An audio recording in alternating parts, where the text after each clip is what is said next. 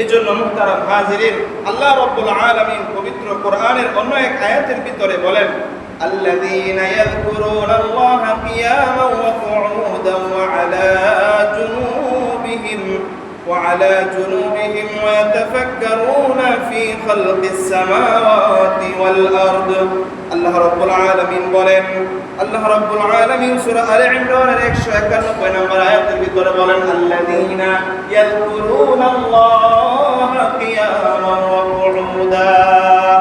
আল্লাহ রাব্বুল আলামিন বলেন, বুদ্ধিমান হলো ওই ব্যক্তি যারা ইয়াযকুরুনাল্লাহা কিয়ামা, যারা দাঁড়ানো অবস্থায়, হাঁটা চলা অবস্থায়, হাঁটতেছে চলতেছে এই অবস্থায় আল্লাহ রাব্বুল আলামিনকে স্মরণ করে, ইয়াযকুরুনাল্লাহা কিয়ামা ওয়া কুউদা, এবং যারা বসে থাকে, যারা ঘর বাড়িতে এরকম দোকানপাটে বসেও যারা আল্লাহ রাব্বুল আলামিনকে স্মরণ করে, যারা আল্লাহ রাব্বুল আলামিনকে স্মরণ করে জিকির করে, ওয়াসাব্বিহুহু বুকরাতাও ওয়া আসিলা, দিনে এবং রাতে আল্লাহ রাব্বুল আলামিনের জিকির করে, বসে বসে জিকির করে, ইয়াযকুরুনাল্লাহা কিয়ামা ওয়া কুউদা ওয়া আলা জুনুবিহিম, এবং যারা ঘুমাতে যাওয়ার সময় যখন ঘুমাবে তখনও আল্লাহ রাব্বুল আলামিনকে স্মরণ করে, ওয়া আলা জুনুবিহিম ওয়া ইয়াতাফাক্কারুনা ফী খালকিস সামাওয়াতি ওয়াল আরদ, এবং আমি আল্লাহ রাব্বুল আলামিনের যে সৃষ্টি রয়েছে, সুন্দর সৃষ্টি রয়েছে, এই সৃষ্টি নিয়ে যারা গবেষণা করে, এই সৃষ্টি নিয়ে যারা চিন্তা করে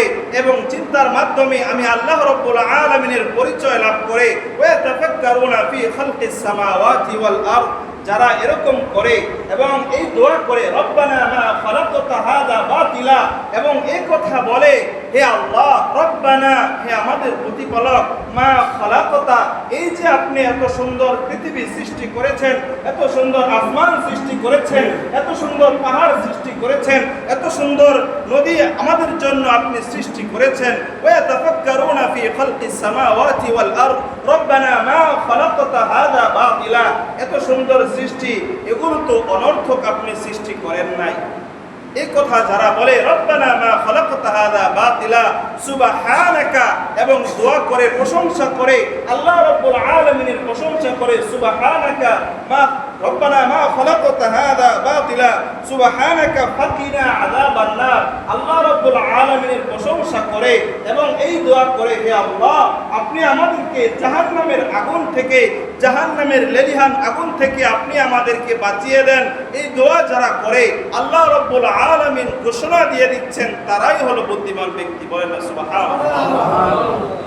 এখন বুঝেন, আমরা যদি হাঁটা অবস্থায়, ঘুমানো অবস্থায়, বসা অবস্থায় আল্লাহ রাব্বুল আলামিনকে স্মরণ করি, তাহলে এটা কার ঘোষণা? বুদ্ধিমান কার ঘোষণা? বলেন, আল্লাহ রাব্বুল আলামিনের ঘোষণা। আল্লাহ রাব্বুল আলামিন ঘোষণা দিয়েছেন, তারাই হলো বুদ্ধিমান।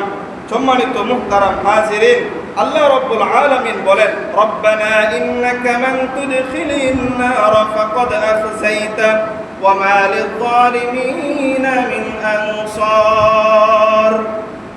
তো সম্মানিত মুহতারাম হাজিরিন, আল্লাহ রাব্বুল আলামিন পবিত্র কোরআনের অন্য আয়াতের ভিতরে ইরশাদ করেন, আল্লাহ রাব্বুল আলামিন পবিত্র কোরআনে বলেন, ইয়া আইয়ুহাল মুযাম্মিলু কুমিল লাইলা ইল্লা ক্বালিলা, ইয়া আইয়ুহাল মুযাম্মিল কুমিল লাইলা ইল্লা ক্বালিলা। আল্লাহ রাব্বুল আলামিন নবী করিম সাল্লাল্লাহু আলাইহি ওয়াসাল্লামকে বলেন, কুমিল লাইলা ইল্লা ক্বালিলা, আপনি রাতের কিছু অংশ সময় নামাজে দাঁড়িয়ে যান, তাহাজ্জুদ নামাজ পড়েন, আমি আল্লাহ রাব্বুল আলামিনকে ডাকেন। তাহলে নবী করিম সাল্লাল্লাহু আলাইহি ওয়াসাল্লামকে আল্লাহ রাব্বুল আলামিন আদেশ করলেন এবং আল্লাহ রাব্বুল আলামিন পবিত্র কোরআনে জানিয়ে দিয়ে উম্মতদেরকে শিক্ষা দিলেন যে নবী করিম সাল্লাল্লাহু আলাইহি ওয়াসাল্লামের অবস্থা কখনো এমন হতো যে নিসবাহু আমিন কুসমিনহু ক্বালিলা, আল্লাহ রাসূল সাল্লাল্লাহু আলাইহি ওয়াসাল্লাম রাতের অধিকাংশ সময় নামাজে দাঁড়িয়ে থাকতেন। বলেন না সুবহানাল্লাহ।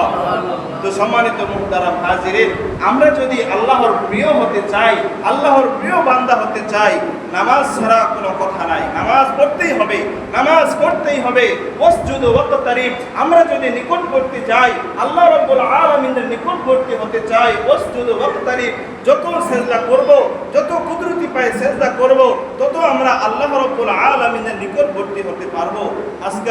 আজকে বর্তমান সময়ে বাংলাদেশের মুসলমানদের এরকম অবস্থা হয়ে গিয়েছে, তারা ফজরের নামাজ পড়ে না, অথচ ফজরের সময় তারা খেলা দেখার জন্য তারা ঘুম থেকে উঠে বসে থাকে। বলে না নাউযুবিল্লাহ। তো সম্মানিত মুহতারাম হাজিরিন, আল্লাহ রাব্বুল আলামিন বাংলাদেশের মানুষদেরকে আল্লাহ তাআলা সহিহ বুঝ দান করেন এবং ইসলামের সহিহ বুঝ আল্লাহ তাআলা তাদেরকে যেন দান করেন।